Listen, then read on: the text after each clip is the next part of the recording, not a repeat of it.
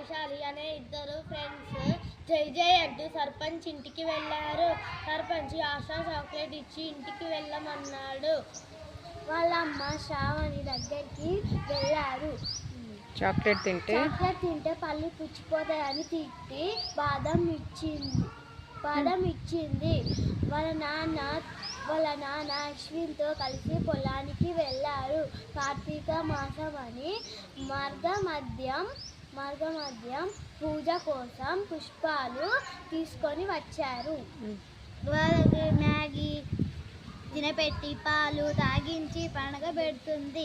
చైత్ర అంటే చైత్రం, వైశాలి అంటే వైశాఖం, జై జై అంటే జ్యేష్టం, ఆశ చాక్లెట్ అంటే ఆషాఢం, శ్రావణి అంటే శ్రావణం, అశ్విన్ అంటే ఆశ్వయుజం, కార్తీక మాసం అంటే కార్తీకం, మార్గమధ్యం అంటే మార్గశిరం, పుష్పాలు అంటే పుష్యం,